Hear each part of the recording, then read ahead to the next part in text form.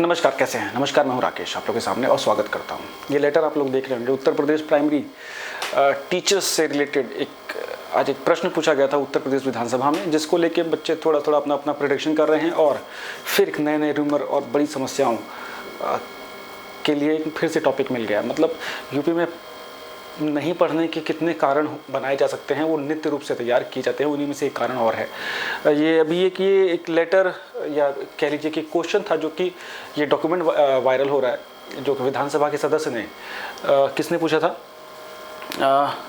Doctor Mukesh Verma जी ने, जो कि सदस्य हैं विधानसभा के, है ना, असेंबली, लेजिस्लेटिव असेंबली के उत्तर प्रदेश के। उन्होंने प्रश्न पूछा था कि वर्तमान में प्राइमरी टीचर्स कितने हैं, कितने स्टूडेंट पे क्या रेशो है ना, कि ताकि अंदाज़ा लग पाए कि कितनी रिक्तियां हैं, क्या कुछ चीज़ें हैं। तो उसमें सीधे सीधे आंसर दिया गया कि इस समय वर्तमान में करीब 1,28,60,939 बच्चे पढ़ रहे हैं, है ना, जिसके ऊपर 3,32,734 के आसपास परमानेंट टीचर्स हैं, है ना। और उसमें कुछ अगर हम चीज़ें ऐड कर दें तो थोड़ी तो और शिक्षा मित्र भी हो जाएंगे। ये शिक्षा मित्रों के अलावा है ना, जो परमानेंट हैं। इसी प्रकार हायर सेकेंडरी में 52,53,772 बच्चे पढ़ते हैं, जिनके लिए करीब 1,20,000 के आसपास टीचर हैं। अब इसमें ये बताया गया है कि 30 अप्रैल के अकॉर्डिंग बताया गया है कि जो 38:1, मतलब हर 38 बच्चे पे एक टीचर है। अगर हम सिर्फ परमानेंट की ही बात करें, अगर हम इसमें शिक्षा मित्रों को भी जोड़ लेते हैं तो ये रेशो हमारा 26:1 आ जाएगा। तो आइडियल रूप से आईटी एक्ट के तहत तो 30 के आसपास होता चाहिए एक टीचर। तो आइडियली बता रहे हैं कि हमारे पास इतना सब कुछ है। तो उसको लेके बच्चा लोग पैनिक हो गया है कि बस अब तो वैकेंसी आएगी नहीं, चीज़ें इस प्रकार से हैं। और हायर सेकेंडरी में भी कुछ इसी प्रकार के आंकड़े हैं। तो मोटी मोटी बात इस लेटर से ये एक रिफ्लेक्शन चीज़ों को बताया जा रहा है कि ऐसा है कि वैकेंसी आनी है नहीं, अब सब कुछ भस्म हो गया, नष्ट हो गया। तो जो ये लोग सोच रहे हैं कि जो ये इस लेटर के आधार पर हमें प्रिपरेशन नहीं करनी है, जीवन में सब खत्म हो गया, तो मत करिए प्रिपरेशन, बहुत अच्छा है। कुछ अच्छे सिंसियर बच्चों का आप कॉम्पिटिशन कम कर देंगे सीरियसली।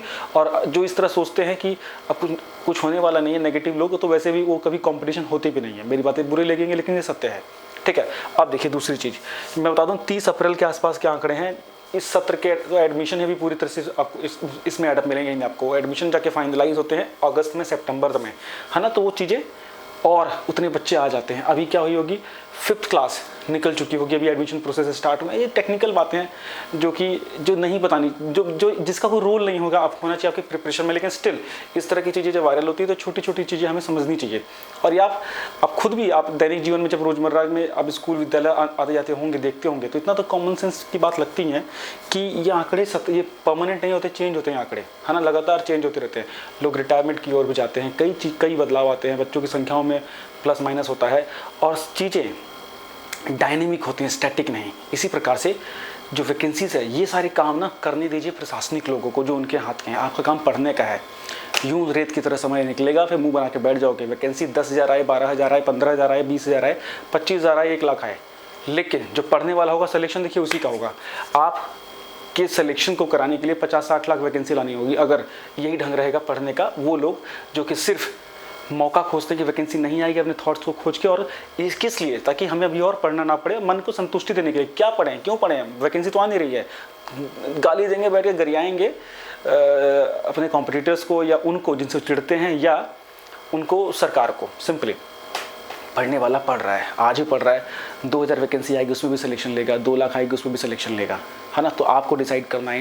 ये सब चीज़ें आपके समय को बर्बाद कर रही हैं, बहुत बुरी तरह बर्बाद कर रही हैं।